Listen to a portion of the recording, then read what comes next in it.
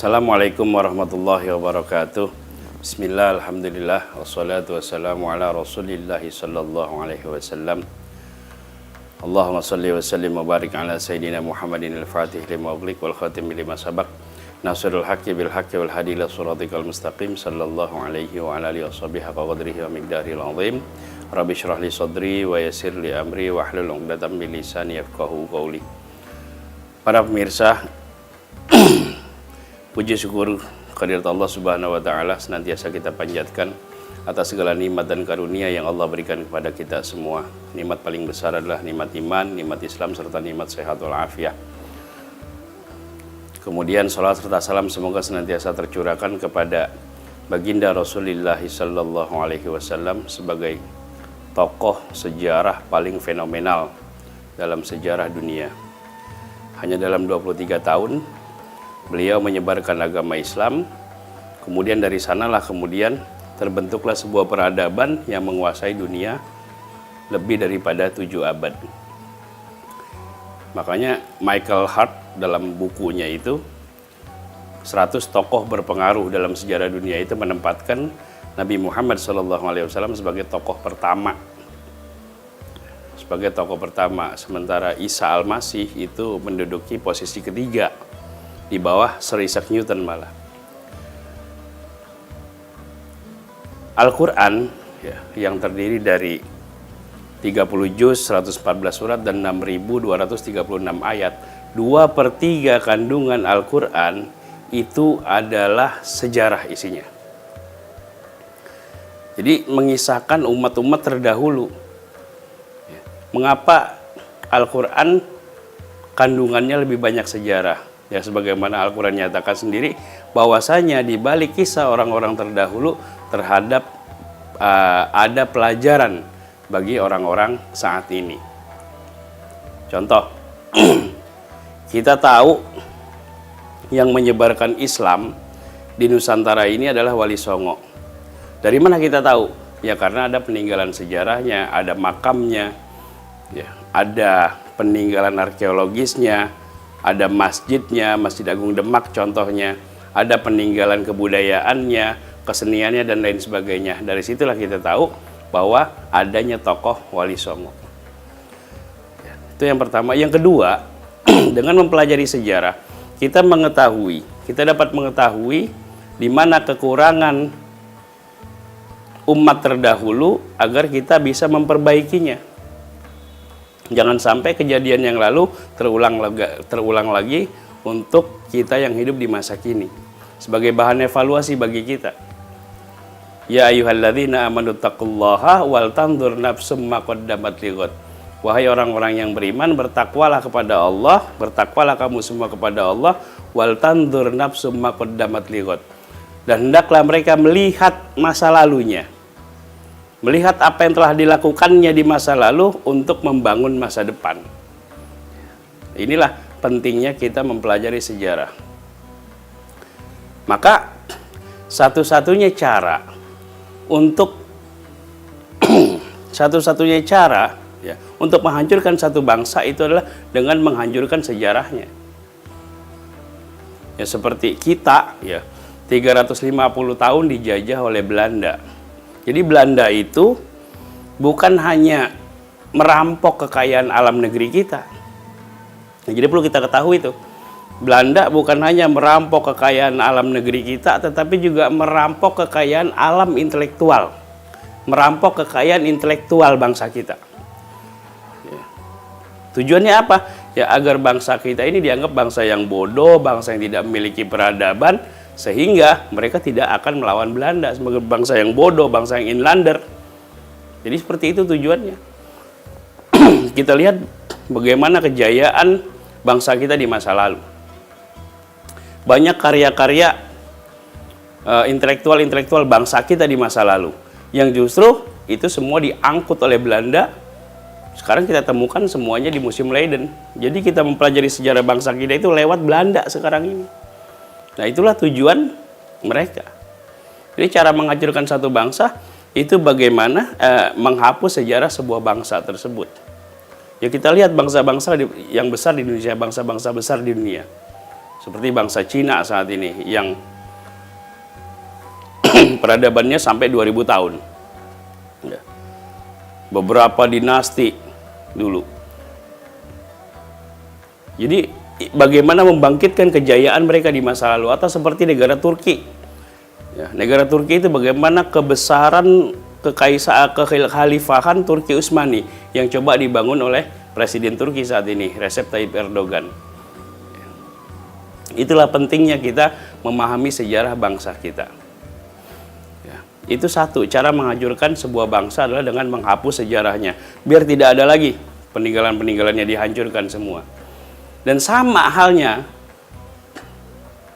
bagaimana caranya menghancurkan sebuah agama? Ya sama, dengan menghancurkan peninggalan-peninggalannya, dengan menghapus sejarahnya. Ya, caranya bagaimana? Ya caranya seperti contoh, mengatakan bahwa tabaruk, mengambil keberkahan dari benda-benda peninggalan Rasulullah, itu dikatakan sebagai bid'ah, dikatakan sebagai sesat. Kemudian kita tawasul, bertawasul dengan Rasulullah, dengan para sahabatnya, dengan para tabi'in, dengan para aulia, itu dikatakan sebagai sebagai syirik, sebagai bid'ah, sebagai sesat. Atau kita ketika kita mengadakan haul, ya, ulang tahun kematian, ya, memperingati kematian para leluhur kita, itu dianggap sesat, dianggap bid'ah. Nah inilah cara menghancurkan sebuah agama seperti itu, ya, agar kita dipisahkan dengan orang-orang besar di masa lalu. Tawasul itu kan sebenarnya kita sedang membangun hubungan spiritual dengan orang-orang yang ada di masa lalu. Kita hidupkan lagi. Dalam Al-Quran dinyatakan, wa makanallahu liyu'adzibahum wa anta fihim. Allah tidak akan mengadab kaumnya Muhammad, wa anta fihim, sementara engkau masih berada di tengah-tengah mereka. Nah sekarang Rasulullah SAW sudah meninggalkan kita 1400 tahun yang lalu. Dan bagaimana caranya menghadirkan Rasulullah SAW di tengah-tengah kita? Ya salah satu caranya adalah dengan bertawasul kepada beliau, menghadirkan Rasulullah SAW ke tengah-tengah kita. Caranya adalah dengan tawasul melalui beliau. Jadi ini bukan soal, kalau kita bicara dalil, ya tentu kita miliki dalil. Semuanya punya dalil, ya. Yaitu satu. Yang kedua, contoh tabaruk, ya. Tabaruk itu kan kita mengambil keberkahan dari ya peninggalan, kayak contoh misalnya kita bertabaruk ziarah ke makam wali ini, ziarah ke makam ulama ini, itu kan kita tabaruk namanya, ya. Kita mengambil keberkahan dari peninggalan Rasulullah. Ya, coba kita lihat sekarang. Ya, itu semua peninggalan Rasulullah itu ya dihancurkan. Dengan alasan apa? Dengan alasan supaya terhindar dari kesyirikan. Tidak ada orang yang menyembah kuburnya Rasulullah Shallallahu Alaihi Wasallam. Ya.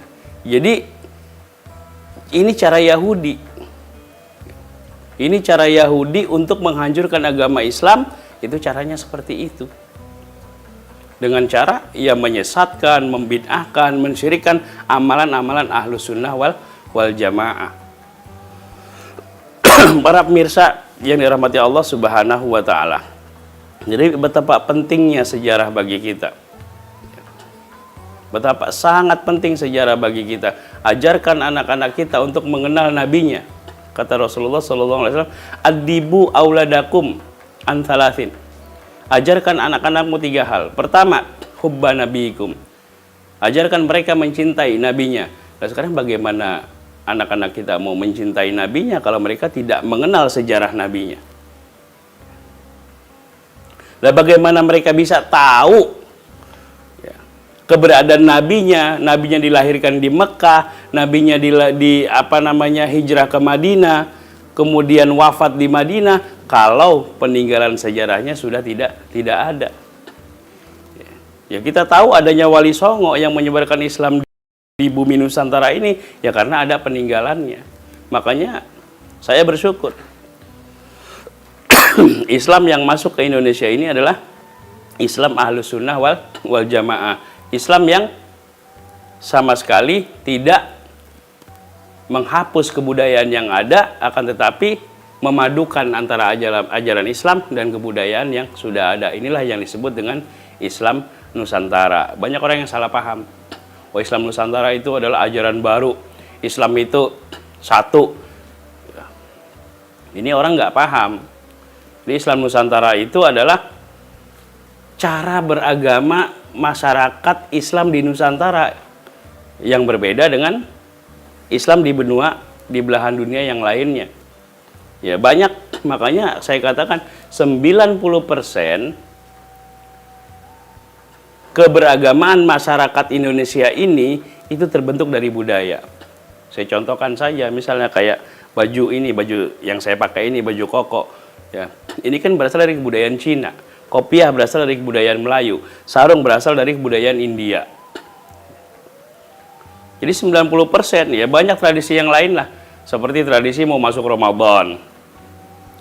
Tradisi halal bihalal. Inilah tradisi khas Indonesia. Ini bukanlah syirik, ini bukanlah bid'ah, ini bukanlah sesat. Tetapi sebagai